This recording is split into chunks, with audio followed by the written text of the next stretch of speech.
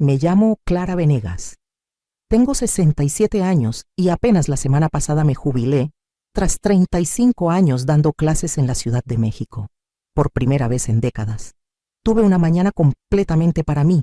Los rayos del sol se colaban por las cortinas ligeras de mi sala, acariciando el piso de madera gastada, mientras yo saboreaba un té de manzanilla, dejando que el silencio se sintiera como un lujo que casi había olvidado. Sin despertadores, sin tareas por calificar, sin el teléfono sonando con peticiones interminables. Solo el murmullo de la ciudad despertando tras mi ventana y el suave aroma a tierra mojada de la lluvia de anoche. Entonces, mi celular vibró. No reconocí el número al principio, pero la pantalla mostró un nombre que había aprendido a temer Daniela, mi nuera. El mensaje fue directo, cruel y absolutamente indignante. «Ya no haces nada. Cuida a Emiliano mientras viajo». Dejé caer la taza sobre el platillo. El té se derramó y el vapor me rozó los dedos. Miré el mensaje, atónita. Nada yo, después de décadas criando sola a mi hijo, de noches sin dormir, de planes de clases interminables, de tardes dando tutorías y fines de semana cosiendo disfraces o horneando pasteles para que a Miguel nunca le faltara nada. Sentí una chispa de rabia encenderse en mi pecho, rápida y brillante. Frustración, incredulidad y un toque de humor oscuro se mezclaron. Daniela no tenía idea de lo que había hecho, de lo que había construido. Veía a una mujer jubilada con días vacíos y asumía un carácter vacío. Tecleé una respuesta breve: nada. No necesitaba explicar. No necesitaba justificar. El té se enfrió en mi mano mientras me recostaba en la silla, dejando que los recuerdos de tantos años regresaran como un torrente las noches en el hospital, cuando el padre de Miguel estaba en terapia intensiva, las mañanas despertando antes del amanecer para terminar planes de clases, los sacrificios que nunca fueron noticia. Y ahora, Daniela pensaba que podía darme órdenes como si fuera una sirvienta invisible, como si toda esa historia no valiera nada. Respiré hondo, sintiendo cómo la tensión se transformaba en determinación. Esto no quedaría sin respuesta. Le recordaría, con calma y cuidado, de qué era capaz. Afuera, la Ciudad de México despertaba. Adentro, yo planeaba. El primer paso estaba claro: no solo cuidaría a Emiliano, le daría a Daniela una lección que nunca olvidaría.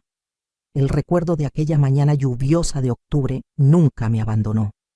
Mi esposo, Javier, se había ido a un viaje de trabajo de rutina, con una pequeña sonrisa mientras se despedía con la mano. No le di importancia. 3 horas después, llegó la llamada. Un choque múltiple en la autopista. Él ya no estaba. Me quedé sola con Miguel, de apenas 3 años, y una cuenta bancaria con solo 1,000 pesos.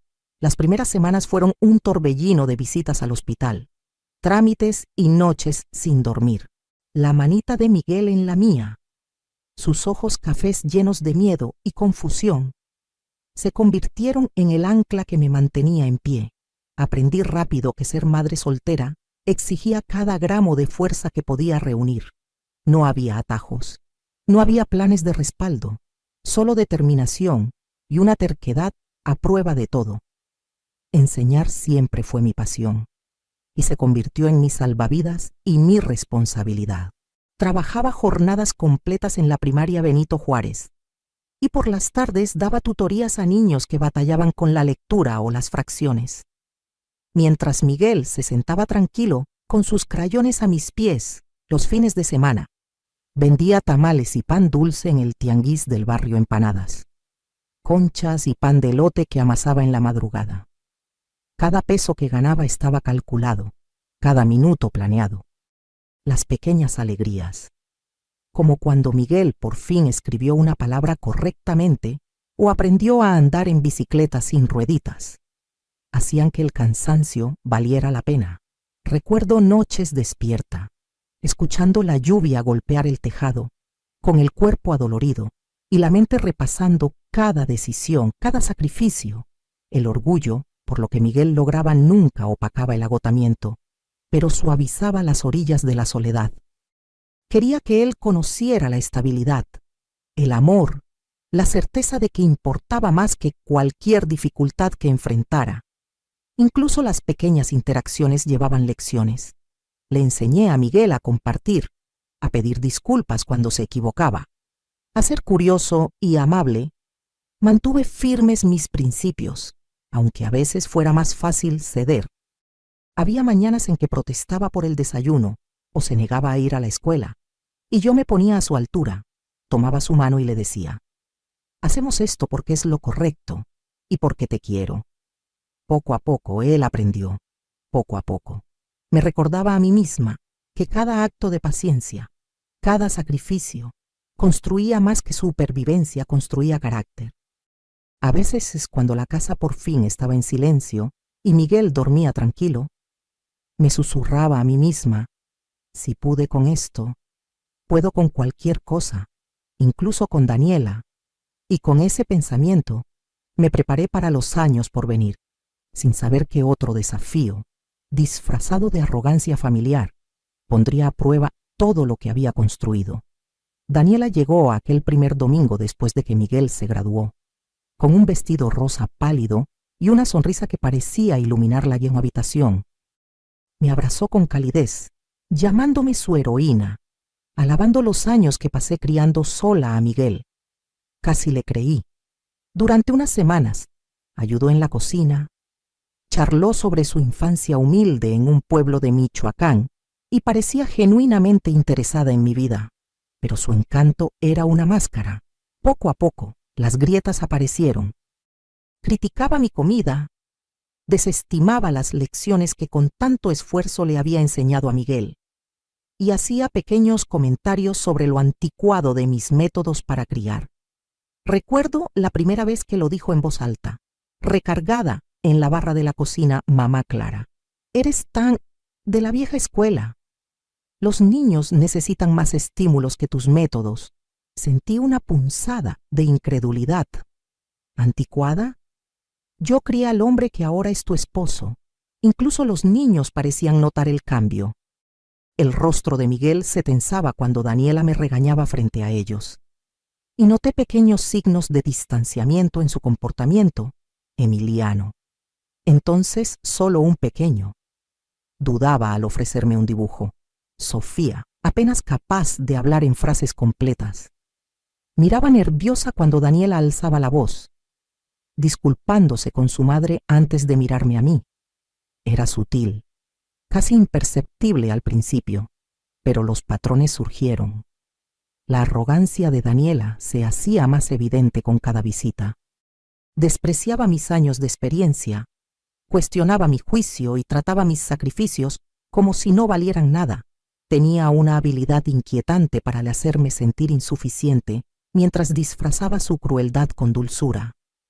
Para cuando entendí la magnitud de su manipulación, supe que su encanto no podía ocultar el egoísmo y el desprecio que había debajo.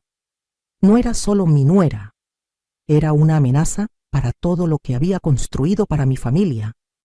Y aún así, bajo la frustración y la rabia, crecía una chispa de determinación. No permitiría que esta mujer disminuyera lo que tanto me había costado lograr. Pasé la mañana siguiente en una determinación tranquila, tomando café en la mesa de la cocina mientras la neblina de la Ciudad de México se arremolinaba en el jardín. El mensaje de Daniela aún quemaba en mi mente, pero me negué a reaccionar impulsivamente. Si actuaba sin pensar, el momento se perdería. Necesitaba precisión, paciencia y estrategia. Llamé a Rosa, una vieja amiga de mis días en el DIF.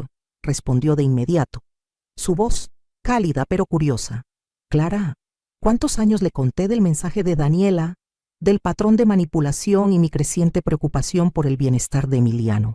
Rosa no dudó. Me explicó técnicas sutiles para documentar comportamientos sin alertar a nadie antes de tiempo. Tomé notas cuidadosas, sintiendo un control que había estado ausente por demasiado tiempo. Luego, contacté a un abogado de familia recomendado por una excompañera. Por teléfono, detallé la historia, las interferencias constantes de Daniela, sus manipulaciones y los riesgos para Emiliano. El abogado me orientó sobre qué evidencia podía recolectar legalmente, cómo estructurarla y cómo prepararme para un enfrentamiento sin violar ninguna ley. Cada detalle que anoté construyó un marco en el que podía confiar, un mapa que me permitiría actuar con decisión cuando llegara el momento. Después, puse mi atención en Emiliano. Creé rutinas para él, simples pero firmes. Las mañanas empezaban con el desayuno a las 8, seguido de tareas que le asignaba: tender la cama, ordenar juguetes y ayudar con pequeñas labores en el jardín. El tiempo de pantalla se ganaba, no se regalaba, y cada noche terminaba con una breve sesión de lectura o una charla sobre el día. Al principio, el niño se resistió, refunfuñando y poniendo los ojos en blanco, pero poco a poco empezó a aceptar el ritmo. Podía ver cómo la curiosidad y el respeto comenzaban a reemplazar la confusión y el miedo. Mientras lo observaba, reflexioné sobre los años de planificación cuidadosa, los sacrificios que me habían traído hasta aquí y la paciencia que necesitaría mantener. Si actúo demasiado pronto, ella resistirá. Si espero demasiado, el daño continuará. El tiempo lo es todo, me recordé. Cada paso importaba. Cada elección podía inclinar la balanza hacia proteger a Emiliano y recuperar el control de lo que había sido manipulado. Al caer la noche, mi plan estaba claro. Tenía aliados, evidencia y un hogar listo para responder. La arrogancia de Daniela se encontraría con una fuerza paciente y calculada que nunca anticipó. Me serví un té de manzanilla y sonreí. Mañana, la preparación continuaría, acercándome al momento en que ella finalmente enfrentaría las consecuencias de subestimarme. La luz del sol de la mañana se colaba por la ventana de la cocina, mientras Emiliano bajaba las escaleras, frotándose los ojos. Sofía y Leo lo seguían, aún bostezando, arrastrando sus cobijas como pequeños estandartes de protesta. Había preparado hot cakes en forma de animales, fruta cortada en estrellas y leche con chocolate. El aroma llenaba la habitación, y por un momento vi un destello de curiosidad en sus rostros. Al principio, seguían las reglas de mala gana: tender camas, guardar juguetes, incluso ayudar en el jardín, pero noté cambios sutiles. Emiliano ya no ponía los ojos en blanco cuando hablaba, y Sofía se quedaba un poco más en el desayuno, observando mientras explicaba por qué hacíamos ciertas cosas. Mi constancia, paciencia y atención comenzaron a romper la armadura que Daniela, sin saberlo, había construido a su alrededor. En un momento tranquilo, Emiliano se acercó con una pregunta tímida. «Abue, ¿por qué mamá siempre dice cosas malas de ti?», preguntó, su voz apenas un susurro. Me puse a su altura, apoyando una mano en su hombro. A veces, los niños escuchan lo que dicen los adultos, pero eso no lo hace verdad, dije.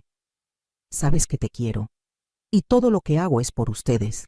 Sus ojos encontraron los míos, y vi una chispa diminuta de comprensión, una semilla de duda sobre la narrativa de Daniela echando raíces. Más tarde, horneamos galletas juntos, Sofía removiendo la masa con cuidado mientras Leo ordenaba los cortadores. Luego vinieron las historias, cuentos de mi infancia, de los pequeños triunfos y lecciones que me formaron. Escucharon, atentos, y por primera vez, rieron libremente con mis pequeños chistes. Vi cómo la confianza empezaba a reemplazar el miedo y entendí que este ritmo lento y constante de cuidado y honestidad estaba funcionando. Los ojos de los niños comenzaron a ver más allá de las rutinas, me veían a mí. No solo a una abuela que los cuidaba, sino a alguien confiable, amorosa y presente. Y con cada pequeña revelación, las grietas en la fachada de Daniela se hacían más grandes, invisibles para todos menos para mí y los niños. A la mañana siguiente, me senté en mi escritorio con un montón de papeles frente a mí. Miguel había dejado sus cuentas abiertas en la mesa de la cocina al salir apresurado a la fábrica. y no pude ignorar la inquietud en mi pecho. Mientras revisaba los estados de cuenta, mis ojos se abrieron de par en par. Ahí estaba cargos que no reconocía, dinero desviado de sus cuentas conjuntas, multas por pagos atrasados, transferencias a cuentas desconocidas. Daniela había estado drenando fondos durante meses y Miguel no tenía idea. Tomé capturas de pantalla de mensajes en su celular, anotando fechas y horas con cuidado. Sus textos revelaban viajes etiquetados como conferencias de trabajo, pero las fotos y ubicaciones contaban otra historia. Cancún, escapadas de fin de semana, cenas con un hombre identificado solo como Adrián. Mi estómago se revolvió mientras leía conversaciones en las que sutilmente minaba mi autoridad, cuestionaba las rutinas que había establecido para Emiliano y manipulaba a los niños para que desconfiaran de mí. Sentí una oleada de determinación. Cada mentira que contó, cada manipulación. Tengo pruebas. Me subestimó. Con cuidado, organicé la evidencia, creando carpetas para registros financieros, capturas de pantalla y pruebas fotográficas. Llamé a mi abogado y le expliqué la situación, detallando todo lo que había recolectado meticulosamente. Confirmó que todo era admisible y me aconsejó la mejor estrategia para enfrentar a Daniela de manera legal y segura. Mientras tanto, los niños me observaban trabajar en silencio. Sofía espiaba desde la puerta, curiosa, y Leo se acercó, jalando a Emiliano de la manga.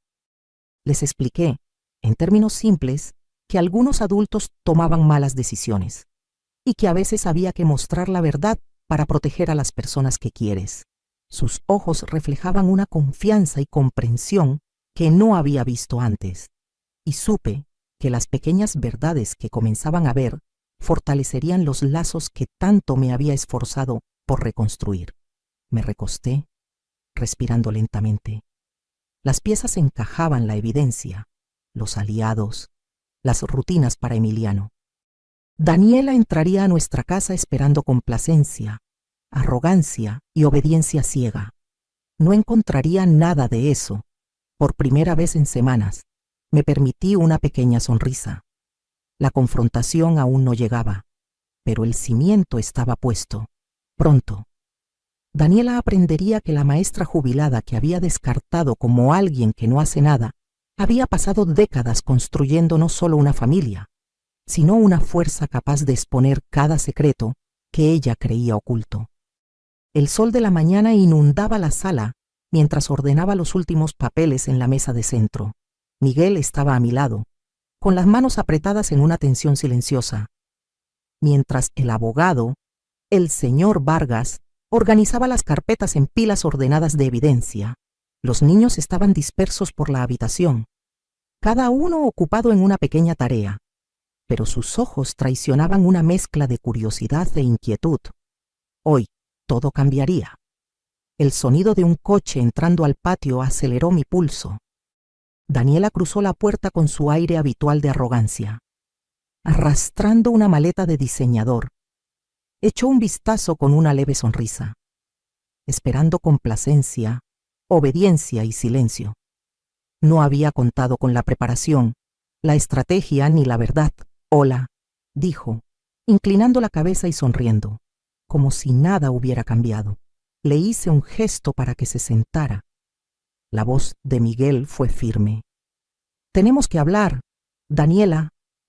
El abogado comenzó a presentar la evidencia, registros financieros, estados de cuenta y capturas de pantalla documentaban meses de fraude, dinero tomado sin el consentimiento de Miguel, préstamos no autorizados, gastos ocultos, fotos de sus viajes con Adrián, etiquetados como conferencias de trabajo, revelaban un estilo de vida financiado con engaños.